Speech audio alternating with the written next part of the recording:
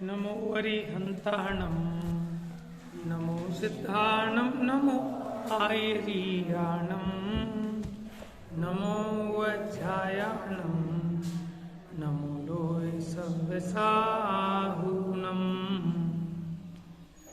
नमः श्रीवर्धमानाय निर्धूतकलिलात्मने सालोकानां त्रिलोकानां यद्विद्यादर्पणायते।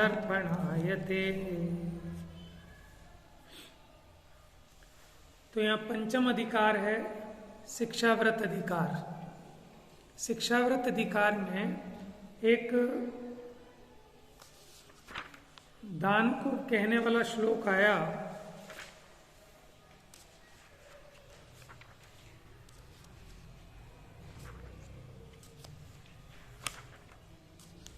क्योंकि जब वैयावृत्ति की चर्चा हुई तो 4 शिक्षा व्रतों में यहाँ समंतभद्राचार्य ने वैयावृत्ति को भी लिया है। तो वैयावृत्ति में माने त्यागियों की, मुनियों की सेवा करना।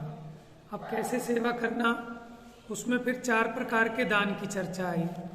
कौन कौन सा होता है 4 प्रकार का दान? औषध, शास्त्र, अभय, आहारा।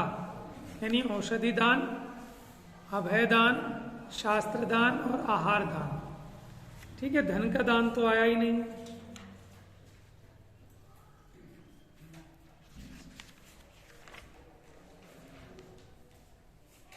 निकालिए आप पेज नंबर 182।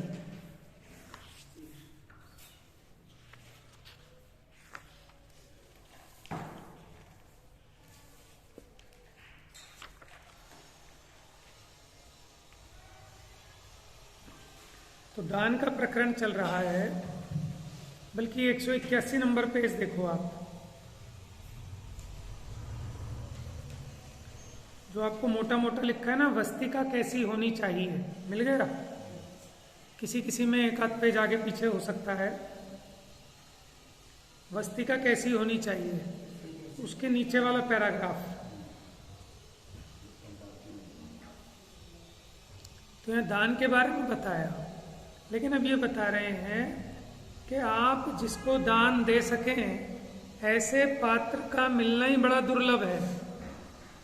माने अगर आपको ऐसे पात्र मिल जाएं कि जिनको दान दिया जा सकता है, तो यही आपका महाभाग्य है।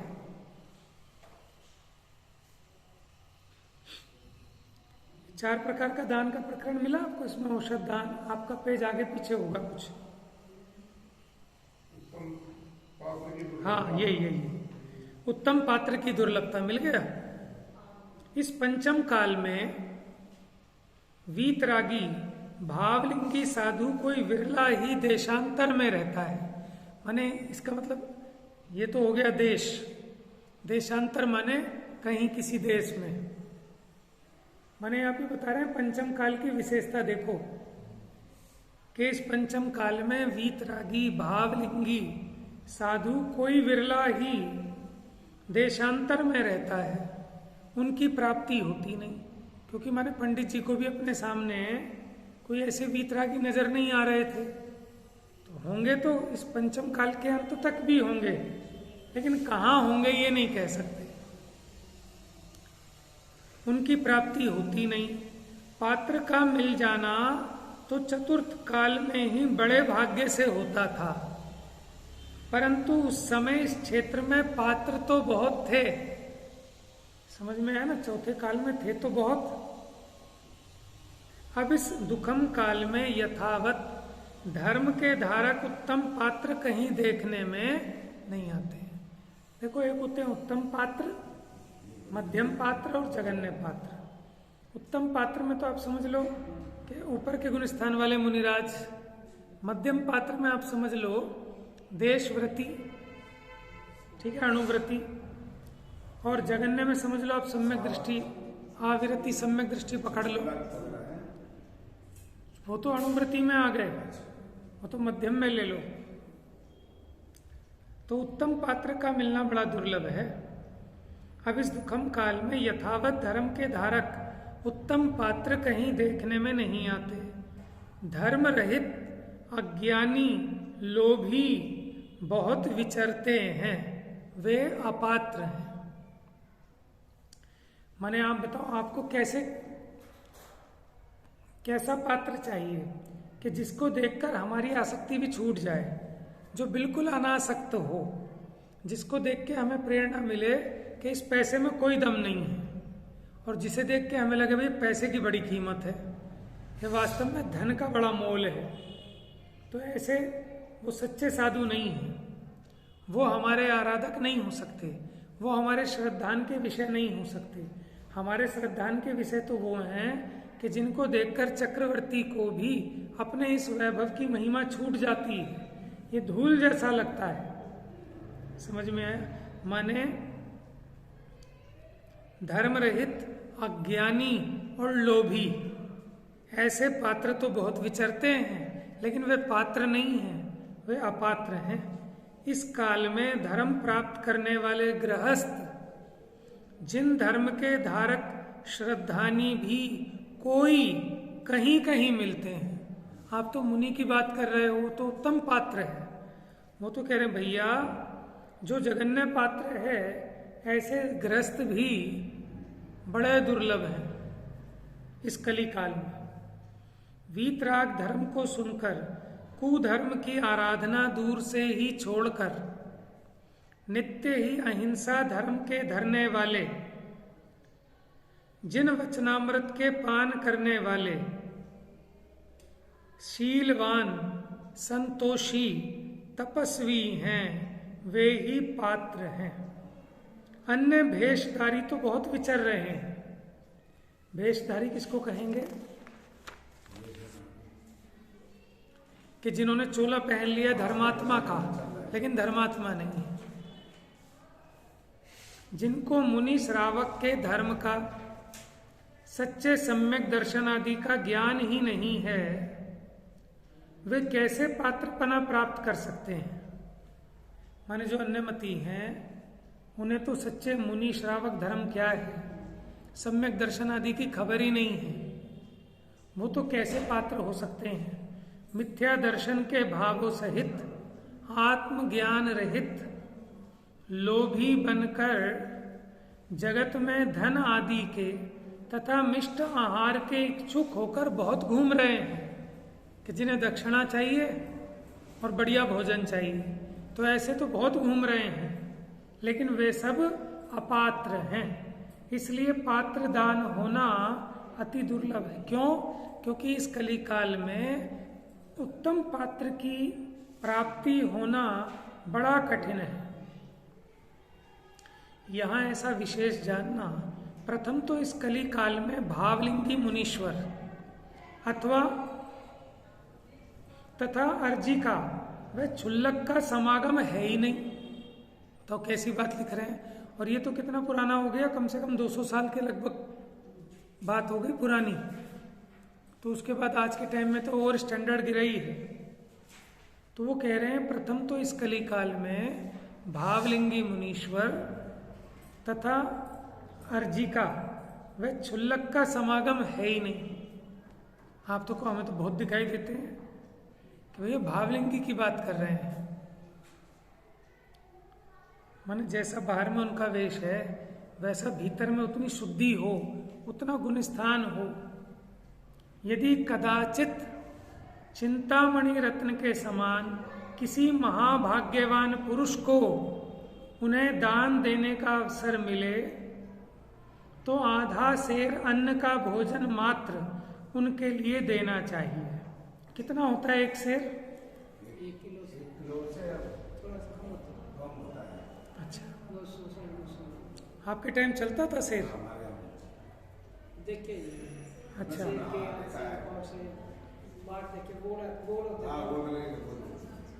हाँ ये समझ लो लगभग 400-500 ग्राम, आधा सेर कह रहे हैं ना, तो एक सेर हो गया लगभग 900 ग्राम समझ लो, तो आधा सेर हो गया 450 ग्राम। तो आधा सेर अन्न का भोजन मात्र उनके लिए देना चाहिए।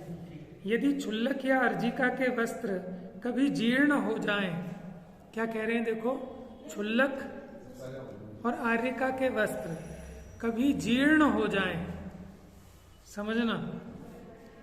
तो अर्जी का तो एक सफेद वस्त्र ही ग्रहण करके पुराना वस्त्र वहीं छोड़ जाए, एक से ज्यादा रखे तो फिर मामला खराब है।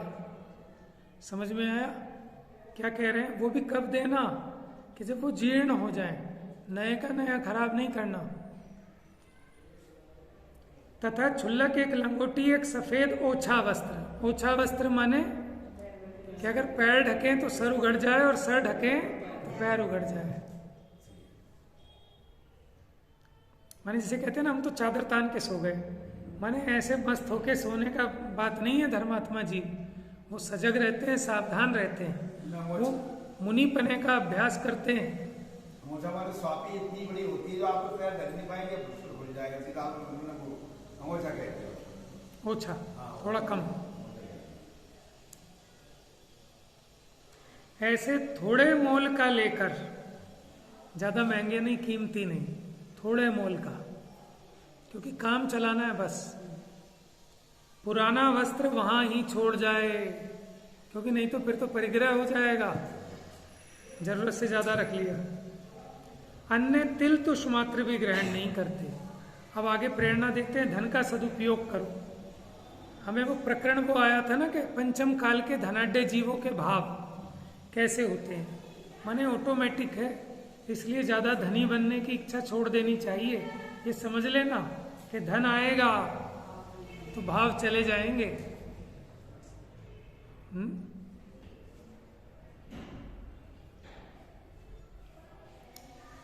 धन का सदुपयोग करो। ऐसे सुपात्रों को दान देने में कुछ भी धन खर्च नहीं होता। माने इसमें क्या खर्चा है? जो हम खा रहे हैं उसमें से थोड़ा सा किसी को खिला दिया, इसमें किसी पे जोर नहीं पड़ता, ठीक है ना। कभी साल 2 साल में कभी कहीं, पहले तो ऐसे पात्र मिलना ही दुर्लभ, मिल भी जाए तो नार्जिका को एक वो सस्ती सी धोती, कोई महंगी नहीं, माने क्या लगा होता है उसके ऊपर, क्लफ फ्लफ वाली होती है ना आजकल तो, पहले मार्किंग भी चलती थी, लेकिन मार्किन के ऊपर कुछ चढ़ाते हैं ना जिससे कि उसकी क्वालिटी कुछ अलग ही हो जाती है, बढ़िया। नहीं, एक तो मार्किन का कपड़ा होता है, लेकिन उस मार्किन के कपड़े पे ही ना कुछ काम होता है जिसके कारण वो एकदम प्लेन, जैसे हम लोग कुर्ता पजामा पहनते हैं चमकदार, उसका नाम, क्योंकि अंतर है दोनों की कीमत में। वो जो सादा बना एकदम, वो बहुत सस्ता होता है कपड़ा, लेकिन फिर इस पे प्रोसेस किया जाता है इसको, तब इसमें एकदम वाइटनेस आती है और ये महंगा भी हो जाता है।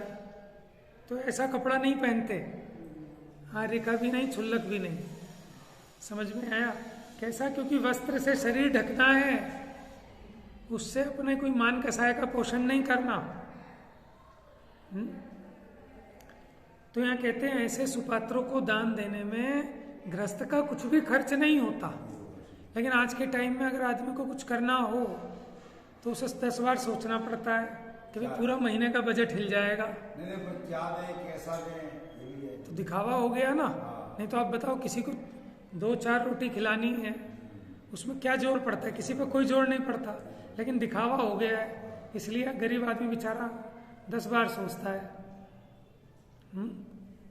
और फिर ऊपर से जो आते वो नाम धर जाते, अरे तुमने डोसा तो बनाया ही नहीं, तुमने गोलगप्पे नहीं बनाए, तुम्हारे यहाँ अनार का जूस नहीं लाए, ये खाना बनाते हैं तो वो हाथ बनाते हैं ऐसा। हाँ, ऐसा कहीं सोचा है। उस्मानपुर में आए थे कोई महाराज जी, तो ऐसे ही बना दिया तो लोग रूठ गए, तो रात चल दिए, उन्हें क्या करेंगे, खाना बनाने हाथ बनाने की तरीका जानते नहीं, घर में खाना नहीं खाते क्या, वो चले गए, वहाँ पकड़ के लाए, पूछते थे महाराज जी को, महाराज जी रुके नहीं, सब सामान चले। तो आप ही देखो ना कि हमें कैसा चाहिए, हमें किस लिए चाहिए, हम उसको दान जो दे रहे हैं वो किस लिए, कि हमको प्रेरणा मिले उस मार्ग की, माने जिससे हम प्रभावित हों, हम जिस मार्ग पर चलना चाहते हैं। हम तो पहले से ही लोभी हैं। अब हमारे जो आदर्श हैं आराध्य कैसे होने चाहिए? निर्लोभी हों, संतोषी हों, माने किसी भी पर भाव में, पर द्रव्य में उन्हें ममत्व ना हो, तभी तो हमें उनसे प्रेरणा मिलेगी कि ऐसा जीवन होना चाहिए। बिना न्योता बिना बुलाए कभी अचानक आ जाएं तो गृहस्थ अपने स्वयं के लिए बनाए रूखे या चिकने भोजन में से दान का हिस्सा निकाल कर दे देता है। समझ में? देखो, किसी पे कोई जोर नहीं पड़ता। माने कोई अपने भाई बंधु घर का कोई गांव का आ जाए तो हमारा जो बना है 4 रोटी भाई 2 तू खा ले, 2 हम खा लेंगे, ये रखिए सब्जी, इसी में एक ही सब्जी है, ऐसी खा ले, तो आदमी पे जोर नहीं पड़ता। समझ में आया ना? और बल्कि परिणामों में खुशी होती है, हैं? हम काम चलाना है, ठीक है ना, तो उस पर कोई बोझा भी नहीं पड़ता।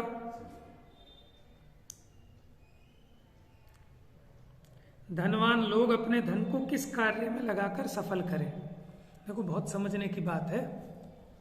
ये तो धनवान के लिए कह रहे हैं, लेकिन अपने पे भी लगा लेना, ठीक है? धनवान तो वो जिन पे बेइंतहा पैसा है, वो इधर उधर वेस्ट करते हैं, तो भैया सही कैसे सदुपयोग करें उसका। लेकिन मान लो हम पे नहीं है, तो जितना भी है हम अपने उस हैसियत के मुताबिक उसका सदुपयोग कैसे करें। समझ में है ना? ये हमें सोच समझ के दात्र माने देने वाला, लेने वाला, उसकी विधि और आप क्या द्रव्य दे रहे हैं, इन सब का सोच विचार कर दान देना चाहिए। ये नहीं कि कहीं भी दान दे दिया। आपने तो दान दे दिया, ठीक है, और उस दान से क्या हुआ? सड़क पे हैलोजन की लाइटें लगवा दी और उस पर दुनिया भर के मच्छर सुबह मर रहे हैं, ढेर के ढेर, और छिपकलियां उन्हें खा रही हैं, सुबह पैरों के नीचे आ रहे हैं। तो बताओ वहाँ दान देने से क्या फायदा हुआ? और वहाँ मुशायरा रखवा लिया, वो क्या होता है, कवियों का क्या कहते हैं उसको, कवि सम्मेलन करा लिया। समझ में आया? वो हंसी ठिठोला करा, खाया पिया लोगों ने, तो इसमें क्या धर्म हो गया? बात समझ में आ रही है? तो ये हमें सोचना है कि कहाँ उस धन का सदुपयोग है। यदि भोगों में लगाते हैं, देखो अब धन को कहाँ खर्च करें। जिनके पास धन बहुत है वो धन को कहाँ लगाएं? कि देखो, अगर भोगों में लगाएं तो भोग तो तृष्णा के बढ़ाने वाले हैं, उनका कोई अंत नहीं है। माने जितना जितना उसमें ईंधन में घी डालोगे, जितना जितना उसमें अग्नि में घी डालोगे, उतनी उतनी अग्नि भड़केगी कि शांत होगी। तो ऐसे इच्छा रूपी जो अग्नि है, इसकी जितने इसको भोग उपलब्ध कराएंगे तो तृष्णा बढ़ने वाली है, घटने वाली नहीं है।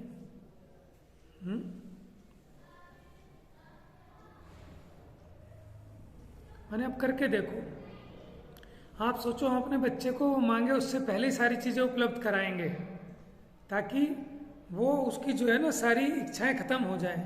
लेकिन उसकी इच्छा खत्म होती है कि बढ़ जाती है। बच्चे ने मांगा नहीं, उसके पहले हमने उसे खिलौना लाके दे दिया कि अब तो इसकी इच्छा खत्म हो जानी चाहिए ना, लेकिन फिर भी उसे जहां खिलौना दिख जाए, जिसके हाथ में खिलौना दिख जाए फैल जाएगा और उससे ज्यादा उसकी इच्छाएं बढ़ जाती हैं। इससे सिद्ध होता है कि ये भोग तृष्णाओं को घटाने में नहीं, बढ़ाने में निमित्त है। पढ़ते हैं ना, ज्यों ज्यों प्रभुवर जल पान किया, त्यों त्यों तृष्णा की आग जली, थी आश की प्यास बुझेगी अब, पर यह सब मृग तृष्णा निकली। तो हमने तो ये सोच के डाला कि अब शांति पड़ जाएगी। ज्यों ज्यों प्रभुवर जलपान किया, त्यों त्यों तृष्णा की आग जली। कि जितना जितना बुझाने के लिए हमने भोगों का साधन जुटाया, उतनी उतनी इच्छा बढ़ती चली गई। गरीब आदमी को लगता है अमीर लोग बड़े संतुष्ट होंगे। समझ में? जो मन में आया वो किया, जहां घूमने का मन किया वहां घूम लिए, जो जी में आया वो कर लिया। ये कितने खुश होंगे, कितने संतुष्ट होंगे। इनकी तो सारी इच्छाएं पूरी हो गई, इन्हें तो इच्छा ही उत्पन्न नहीं होती होगी, है? तो कैसे, अब आप कैसे पता लगाओ? अब आप सोचो, जब हम बच्चे थे, छोटे से थे, हम सोचते थे जब हम बड़े हो जाएंगे तो हम स्वाधीन होंगे, फिर मम्मी पापा का वो डंडा नहीं रहेगा कि नहीं ये कपड़े पहनने हैं, कि नहीं ये खाना है, कि ये करोगे, वहां नहीं जाओगे, यहाँ नहीं जाओगे। सारी पराधीनता खत्म हो जाएगी, तब हम सुखी हो जाएंगे। लेकिन बड़े हो गए, अब कोई रोकने टोकने वाला नहीं, जहां मर्जी जाओ, जहां मर्जी खाओ, जो मर्जी करो, लेट आओ सवेर जाओ, जो मर्जी करो, लेकिन अब बताओ पहले से ज्यादा सुखी हो गए कि दुखी हो गए? समझ में आया? क्यों? कि भैया वो दुख का संबंध तृष्णा से है, भोगों से सुख का कोई संबंध नहीं है।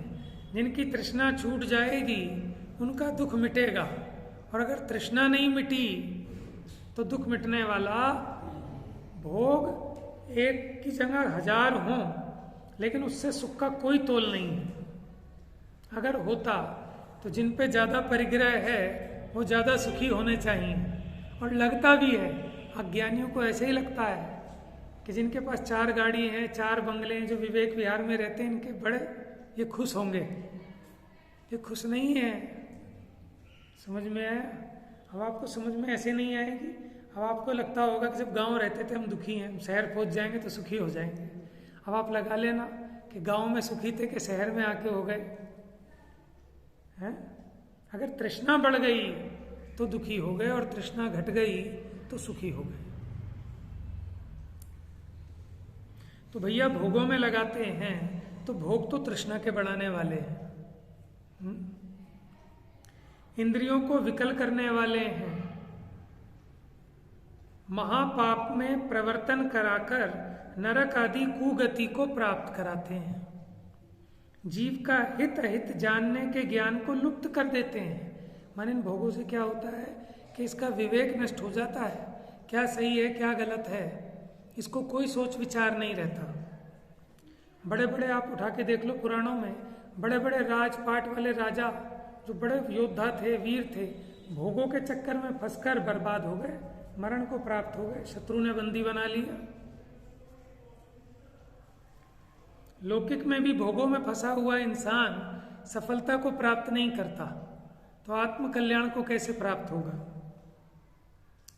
यदि मोहवश पुत्र आदि को दे देते हैं कि चलो साहब हम भोगों में तो नहीं लगाएंगे क्योंकि भोग तो तृष्णा को बढ़ाने वाले हैं, लेकिन मोह के कारण पुत्र को दे देते हैं, तो पुत्र आदि तो ममता को बढ़ाने वाले हैं, बिना दिए ही सर्वस्व ले लेंगे, तू दे या ना दे, वो तो वैसे भी सब लूट ही लेंगे। बहुत पापाचार करके दुर्ध्यान से संपदा में ममता धारण करके धर्म का विध्वंस करके संपदा बढ़ाई है। तो देखो संपदा ऐसे नहीं बढ़ती। अब इस कली काल में ऐसे पुण्यवान नहीं है कि बिना कसाय के उनका धन बढ़ जाए। समझ में? परिणाम खराब हुए बिना रहते ही नहीं। वो कह रहे हैं बहुत पापाचार करके, दुर्ध्यान करके, बड़ी खोपड़ी खराब करी, संपदा में ममता धारण करके, धर्म का विध्वंस करके, पूजा छोड़ी, स्वाध्याय छोड़ा, शिविर छोड़ा, पाठ छोड़ा है, तब ये संपदा बढ़ाई।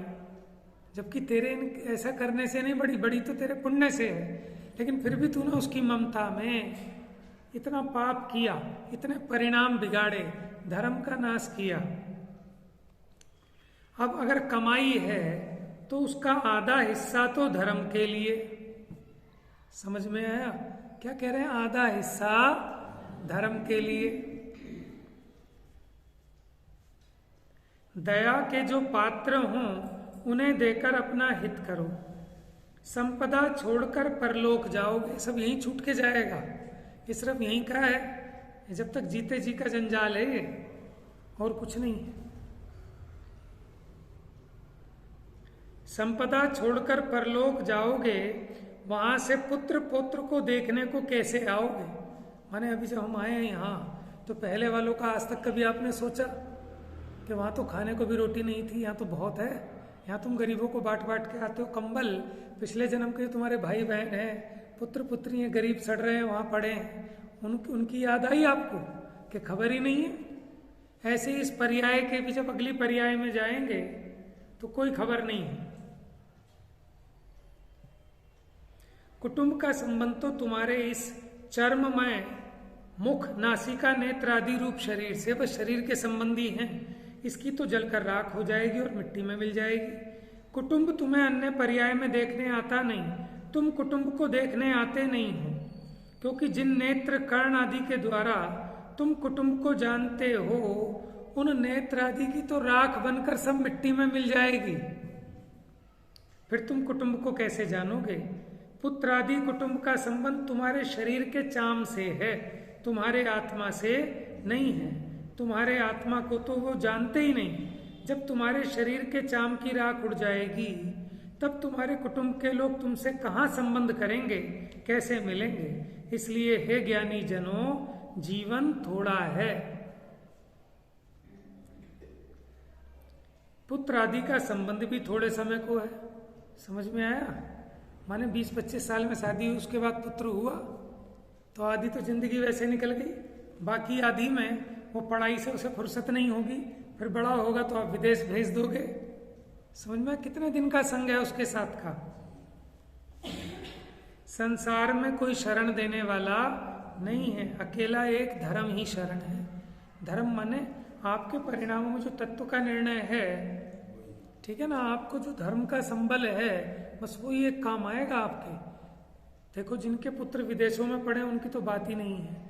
अगर आपके पुत्र आज्ञाकारी भी हो, बिल्कुल हाथ पैर भी दबा रहे हो, तो उससे आपको साता आने वाली नहीं है। एक आपकी जो धर्म बुद्धि है, आपको जो तत्व का निर्णय है, वही उस समय आपको साता पहुंचा सकता है, अन्य कोई नहीं।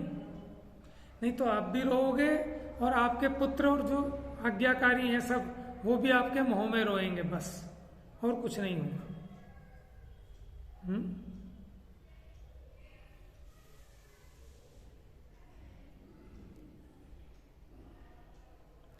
यह धन है, वह भी तुम्हारा नहीं है। किसी पुण्य के प्रभाव से 2 दिन इसका स्वामीपना स्वीकार करके छोड़कर चले जाओगे। नहीं तो इसी भव में भी देखा जाता है कि जो कल के सेठ थे वो आज भीख मांगते नजर आते हैं, और जो कल के भिखारी थे आज वो सेठ बन गए। तो पर्याय में तो छोड़ के जाओगे ही जाओगे, लेकिन जीते जी भी तो इसका कोई एग्रीमेंट नहीं है। किसी पुण्य के प्रभाव से 2 दिन इसका स्वामीपना स्वीकार करके छोड़कर मर जाओगे। देखो समझदार आदमी क्या करता है, माने हमारी पेमेंट आई 2 लाख रुपए की, आना था ना, हमने उधार माल बेचा था। अब वो 2 लाख रुपए आए, जैसे ही आए उसके पहले वो ऊपर फोन कर देता है कि भाई साहब आपके जो पैसे देने थे भेज दो, उठवा लो। क्यों? कि यही समझदारी है भाई साहब, क्योंकि देने तो हैं, अब मौका के हैं तो दे दो। अब पता चले मैं घर भी लेके जाऊं, डकैती हो जाए, रास्ते में कोई छीन ले, कर्जा सर पे ही रह जाएगा। तो ज्यादा अच्छा है कि कर्जे से फारिग हो लो। समझ में आया? तो उसी प्रकार भैया ये धन का स्वामीपना तो पता नहीं, अभी क्षण भर का है, अभी है, पाप का उदय आ जाए फिर नहीं है। तो जब तक तुम्हारे पुण्य का उदय है तो इसका सदुपयोग कर लो। पुत्र के ममत्व से महादुराचार करके ये धन संग्रह कर रहे हो।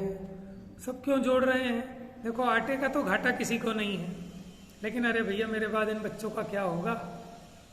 कि एक बात बता, तेरे से भी गए गुजरे निकलेंगे क्या? जब तूने कर लिया अपने लिए, ठीक है, क्या वो नहीं कर पाएगा? और उसके पुण्य का भरोसा नहीं है जीव को। उस धन के ममत्व तथा पुत्र आदि के ममत्व से संसार में अपने को भूलकर नरक जा पहुंचोगे तथा अनेक पर्यायों में दीन दरिद्री होकर विचरण करोगे। देखो प्रत्यक्ष देखते हैं, हजारों अन्न करते मर जाते हैं, लेकिन उन्हें अन्न का एक दाना नसीब नहीं होता। दरिद्री रंग होकर घर घर के दरवाजे फिरते हैं, कैसे हाथ जोड़ के दीनता दिखाते हैं, और उनकी ओर कोई देखता भी नहीं, इधर मुंह करके बैठ जाते हैं, कोई उनकी सुनता ही नहीं है। ये सभी प्रभाव पूर्व जन्मों में धन से तीव्र ममता बांधकर, कृपण होकर, कंजूस होकर धन का संग्रह किया, उसका फल है। पंडित जी की रचना में देखो, कृपणता का फल ये भिखारी दिखा रहे कि ये जो भीख मांग रहे हैं, हाथ पैर जोड़ रहे, फिर भी नहीं मिल रही इनको भीख। समझ में आया?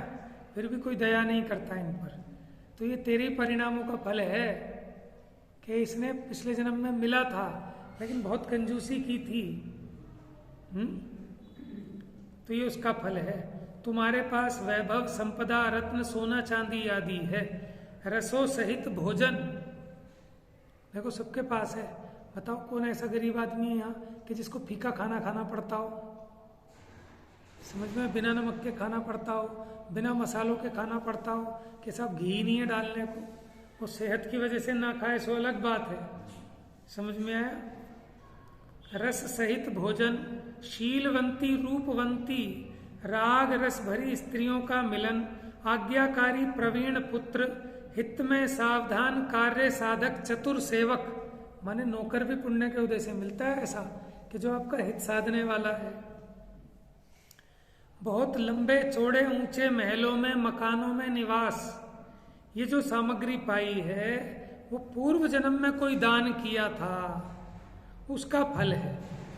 दान के प्रभाव से भोग भूमि में जन्म तथा स्वर्ग के विमानों का स्वामी बना होता है, जहां असंख्यात काल तक सुख भोगने को मिलता है। यहाँ की तुच्छ संपदा काय कलेश सहित महामलिन शरीर आदि उसके सामने क्या चीज है। और ऐसी संपदा भी तुम्हारे यहाँ स्थिर नहीं रहेगी। तुम्हारा ऐसा विचार है कि हमारी लक्ष्मी कुल से चली आ रही है, हम तो खानदानी रईस हैं, हम बुद्धिहीन नहीं है जो हमारी लक्ष्मी नष्ट हो जाएगी। हम कोई बेवकूफ थोड़ी हैं। जो मूर्ख बुद्धिहीन होकर भूले करते हुए चलते हैं उनकी संपत्ति नष्ट हो जाती है। तो कहते भैया ये तुम्हारा बहुत भारी भ्रम है। मिथ्या दर्शन के उदय के जोर से ये बड़ा भ्रम है। ये अनंतानुबंधी कषाय के उदय का अभिमान है कि हमारा नष्ट कैसे नष्ट हो जाएगा धन। हम तो बुद्धिमान है, हम कोई बेवकूफ थोड़ी जो ऐसी गलती करेंगे।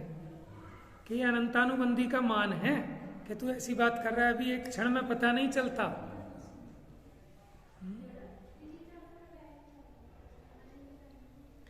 थोड़े ही दिन में नरक का नारकी बना देगा। हे आत्मन, अगर तुम्हें जिनेन्द्र देव के वचनों का श्रद्धान है, धर्म से प्रीति है, दुखी जीवों को देखकर दया आती है, तो हृदय में ऐसा सही विचार करो। मैं मूढ़ आत्मा ने धन से ममता करके पुराने पैतृक धन की तो बड़े प्रयत्न से रक्षा की है कि पुराना जो मिला था वो तो है ही, नया भी बहुत धन कमाया है। धन कमाने के लिए मैंने बहुत भूख प्यास ठंडी गर्मी सब दुख भोगे हैं, भोगने ही पड़ते। अनेक आरंभ व्यापार राज सेवा विदेश गमन समुद्र प्रवेश आदि किए हैं। अधर्मी मले चादी को अनुकूल करने में, माने दुकान पे ग्राहक आ जाए, भले ही वो कितनी निम्न जाति का हो, उसके सामने बैठो बाबूजी बैठो, क्या लोगे, ठंडा लोगे गर्म लोगे, अरे नहीं बैठो बैठो आप, उसके आगे भी कैसे हाथ जोड़ता फिरता है। समझ में, जिसकी कोई आचरण नहीं कोई उसको आचार नहीं, कोई विचार नहीं, शराब पी के शराबी भी आ जाए उसको भी वेलकम करते हो, काहे के लिए कि पैसे के लोभ में।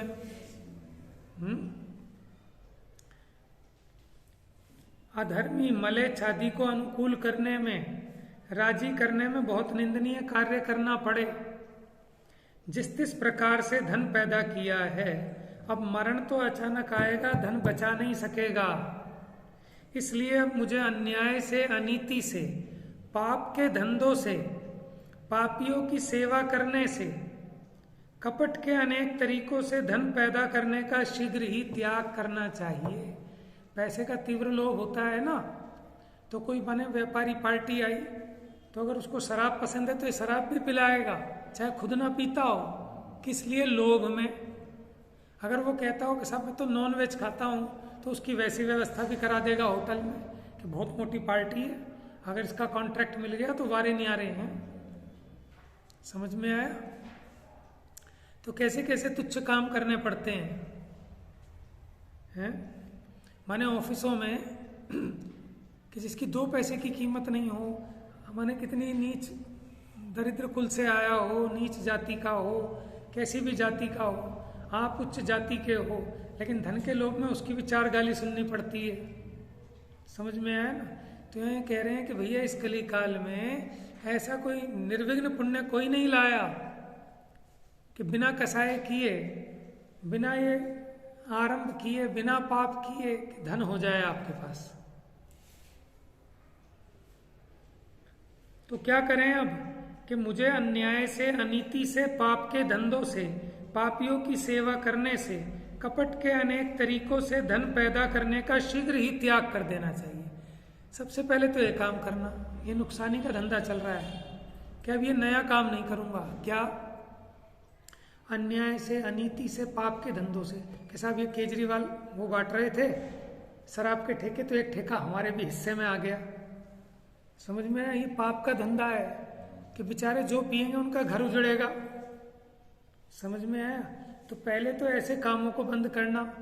दान तो बाद की बात है, पहले तो नया ऐसा कमाने का रोक लगाना। तो अन्याय से, अनीति से, पाप के धंधों से, पापियों की सेवा करने से, कपट के अनेक तरीकों से धन पैदा करने का शीघ्र ही त्याग करना चाहिए। बात समझ में आ गई? आप चाहे दान दो या ना दो, वो बात की बात है, लेकिन पहले ये काम बंद करना चाहिए। न्याय से कमाया हुआ जो धन है उसमें भी मर्यादा बांध कर रहना है। जिनका धन उन्हें भूल में डालकर गलती से अपने पास रख लिया, हिसाब में गड़बड़ करके, धोखेबाजी करके अपने पास रख लिया, पहले उनका वापस लौटाकर उनसे क्षमा मांगना। समझ में आया? दान सबसे बाद की चीज है। फिर जो धन अपने पास बचा उसमें से पुत्र आदि के हिस्से का धन तो पुत्र आदि को, नहीं तो उसके भी परिणाम बड़े खराब होंगे। समझ में आया ना? वो भी आपके साथ दुकान पे बैठा है, अब आप कहो कि सब मेरा है, सब मेरा है, तुझे एक फूटी कोड़ी नहीं दूंगा। बहुत सारे देखना लोग ऐसे मिलते हैं कि अपने जीते जी एक इकन्नी नहीं जाने देते बच्चे पे, जबकि साथ में दुकान पे बैठ रहा है, पूरी मेहनत कर रहा है, सब काम कर रहा है, लेकिन उसे एक फूटी कोड़ी नहीं देते। और यूं और कहते हैं कि मरते मरते तुझे एक पैसा नहीं दे के जाऊंगा, सब मंदिर में दे जाऊंगा। तो अच्छा काम करेगा बुरा काम करेगा बताओ? सब मंदिर में दे जाएगा तो क्यों? धर्म की है प्रभावना कर रहा है। मंदिर को ऐसा दान नहीं चाहिए। क्यों? क्योंकि वो, उसकी बीवी, उसके बच्चे धर्म के द्वेषी हो जाएंगे, मंदिर में दर्शन करने भी नहीं आएंगे। समझ में आया? मंदिर वालों को भी ऐसा दान नहीं चाहिए भैया। समझ में आया?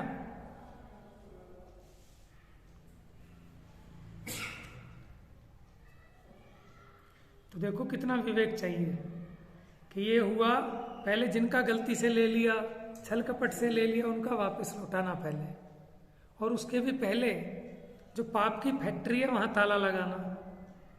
ठीक है? फिर भी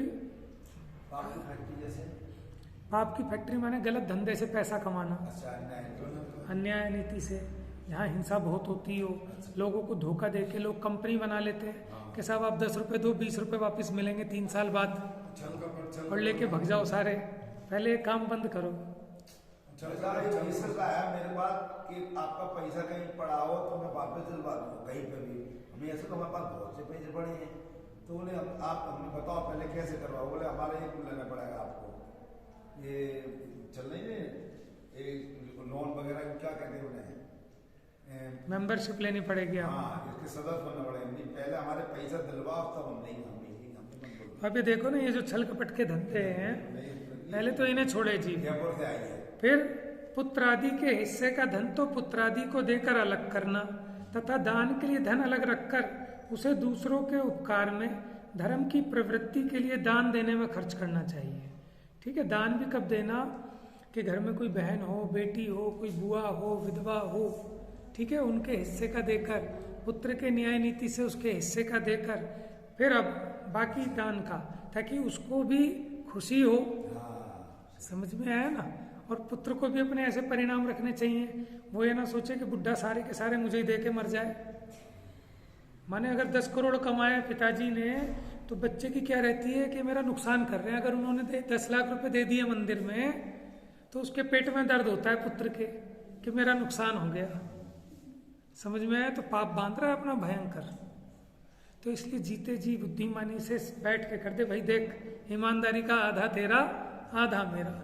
अब मैं मेरे आधे में से अब मैं उसे मंदिर में लगाऊं, कहीं लगाऊं, समझ में आया? ताकि उसके परिणाम खराब ना हो। नहीं तो आप तो धड़ाधड़ दान करने में लगे हो और वो आपका पुत्र इतना पाप बांध बांध के नरक में जाने तैयार हो रहा है।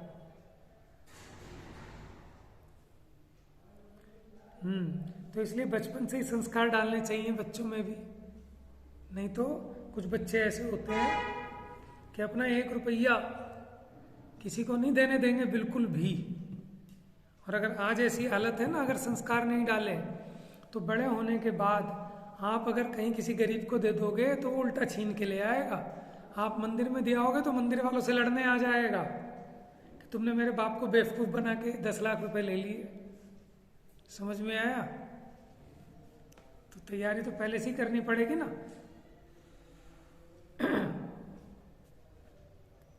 ताकि उसको समझ में आए कि ये जो मिला है ना, ये पुण्य के उदय से मिला है, ये तेरे करने से नहीं मिला। तो इसको सारा का सारा अपने ऊपर खर्चने के लिए नहीं है, इसको परोपकार में लगाना, ठीक है, साधर्मियों की सहायता में लगाना, जिन शासन की प्रभावना हो उसमें लगाना। समझ में आया? तभी इसकी सार्थकता है।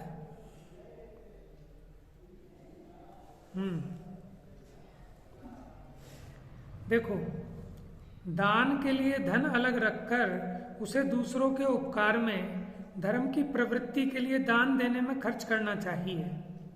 जो नया धन पैदा हो, ये तो पुराने की बात थी। अब जो नया धन पैदा हो, क्योंकि कई जगह ऐसे सिस्टम है कि सेठ जी की इतनी संपत्ति है कि किराया आ रहा है दुनिया भर का, बैंक का इंटरेस्ट आ रहा है, वो तो आ ही रहा है ना। तो उसमें क्या करना कि उसमें भी चौथा भाग यानी 25%, और मानो इतना नहीं कर सकते तो चलो कम से कम छठवां भाग कितना हो गया? लगभग 18%, 1696, चलो 16.25, हाँ ठीक है। तो उतना %, और उतने में भी तुम्हारा मन नहीं मान रहा तो 8वां भाग 12.25%, ठीक है, उतना 8वां भाग। और उतना भी नहीं तो कम से कम 10वां भाग, उससे कम नहीं। 10वां भाग माने 10%, कि मानो आपके 1 लाख रुपए की आमद हुई तो कम से कम 10,000, कम से कम है, नहीं तो 25,000। समझ में आया? और उससे नीचे से तो बात ही नहीं कर रहे। समझ में आया? कम से कम 10वां भाग तो पुण्य, दान, धर्म के कार्यों में धनवानों को तथा निर्धनों को, समझ में, खाली धनवानों को ही नहीं, निर्धनों को भी। कोई नहीं 100 कमाएगा तो 100 में से 10 लगा दे, तेरे से 10,000 थोड़ी ना कह रहे हैं। 10 कमाएगा तो 1 रुपया लगा दे, 1 रुपया कमाएगा तो 10 पैसे लगा दे। दान का हिस्सा अलग रखकर खर्च करना चाहिए, अलग निकाल देना चाहिए, फिर परिणाम खराब नहीं होते। अगर आपने अलग नहीं निकाला तो आपको जोर पड़ने लगता है। समझ में आया? इसलिए कि जब आपकी तनख्वाह आए तो उसमें से कम 10वां हिस्सा अलग निकाल के अलग रख दो कि भैया ये दान के लिए ही है।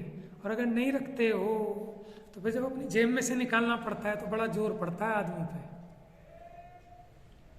जिसका पेट भी पूरा नहीं भरता हो, आधा चौथाई पेट ही भोजन मिलता है, उसे भी दान पुण्य धर्म का हिस्सा उत्कृष्ट चौथाई, जगन्य 10वां, मध्यम 6ठा या 8वां भाग अलग रखकर दुखी भूखे लोगों को व जिन पूजन आदि कार्यों में देना खर्च करना श्रेष्ठ है। देखो, यहाँ तो उसे कह रहे हैं कि जिसका पेट पूरा नहीं भरता हो उसे भी जितना है उतने में से कुछ ना कुछ देकर दूसरे को तब उसका यूज करना चाहिए। दान बिना घर शमशान है, पुरुष मृतक है, कुटुंबी गृद्ध पक्षी के समान हैं, जो इसके धन रूपी मांस को निकाल कर खाते हैं। समझ में? तो ये प्रकरण कल और चलेगा, ताकि वो जो विषय है ना फिर पूरा हो जाएगा इसमें। कल और परसों, चलो 2 दिन और चला लेंगे इसमें। ये अच्छा प्रकरण है। देखो, मेरे से कई लोग पूछते हैं कि साहब दान देना है, कहाँ दें? ठीक है ना, कहाँ दें? अब समस्या क्या आ गई है, दान देने वाले बहुत हैं, क्या कि दान देने वाले बहुत हैं और लेने वाले नहीं हैं। आप कहोगे ऐसी क्या बात है, खूब है लेने वाले। कि भैया उनकी बात नहीं है कि जो लेने वाले बहुत हैं, कि जो पात्र हों वो कहते भैया हमें करना क्या, मैंने आपको कोई साधर्मी मिले, आपको साहब हम आपको एक ये कपड़ा देना चाहते हैं, आप छुल्लक जी मिले, आप उनसे कहो कि साहब हम एक लंगोटी आपको एक चद्दर देना मुझे चाहिए, मेरी ठीक है, तो बताओ कैसे दोगे आप। आरजी का माता मिले कि हम आपको एक धोती देना चाहते हैं कि भैया नहीं चाहिए, सही है, चल रहा है काम। मुनिराज मिले, आहार देना चाहते हैं कि नहीं भैया मेरा उपवास है, मुझे नहीं चाहिए। कहाँ खर्च करोगे बताओ? तो अपना विवेक लगाना पड़ेगा कि जिससे कि सदुपयोग हो, सच्चे धर्म की प्रभावना हो। ये नहीं खाया खोया बह गया कि हमने 4 लोग जोड़ लिए, खाए पिए मौज बनाए और जय राम जी के सब काम हो गया, सब दान कि इसके लिए नहीं। जैसे अन्यमति करते हैं ना, अन्यमतियों के जितने त्योहार हैं वो सब खाने पीने से संबंधित है, भोगों से संबंधित है। वो बकरे को काटने को उन्होंने धर्म मान लिया, खुद को अपने खाने का पोषण करना है, उनको भांग पीनी है तो शिवरात्रि का नाम रख लिया। समझ में आया? किसी ने कुछ जगराते का नाम रख लिया, किसी ने कुछ रख लिया, खाओ पियो मौज करनी है। और ऐसे अगर हम और आप भी करें धर्म के नाम पर तो वो धर्म नहीं है। तो इसलिए इसमें मैंने बड़ी सोचने लायक बात है कि आज के समय में जितने जीव नजर आते हैं दुखी, ये सब उन्हीं के अपने परिणामों का फल है कि सारा का सारा अपने ही भोगने में लगाने के लिए नहीं है। और भोगने के फल में तो नरक होने वाला है, पाप होने वाला है। तो इसको बीज राख फल भोग वे, जो किसान जग माहि, त्यों चक्री नृप सुख भरे, धर्म विसारे नाही। ठीक है ना? तो जितनी अपनी सामर्थ्य है उतनी सामर्थ्य अनुसार हमें उसमें दान आदि में अपने धन का सदुपयोग करना चाहिए। और दान की, धन की अस्थिरता, ठीक है, और माने धनाढ्य जीवों के परिणाम वो सब इसीलिए बताएंगे ताकि आप थोड़े से विरक्त हों इससे, क्योंकि जीव इसी में फंसा हुआ है अभी। इस काल का जीव सबका एक ही टारगेट है सब जीवों का कि कैसे करके मैं बड़ा सबसे अमीर बन जाऊं। बाकी चर्चा कल करेंगे। मिथ्याता में नाश वे को, ज्ञान के प्रकाश वे को,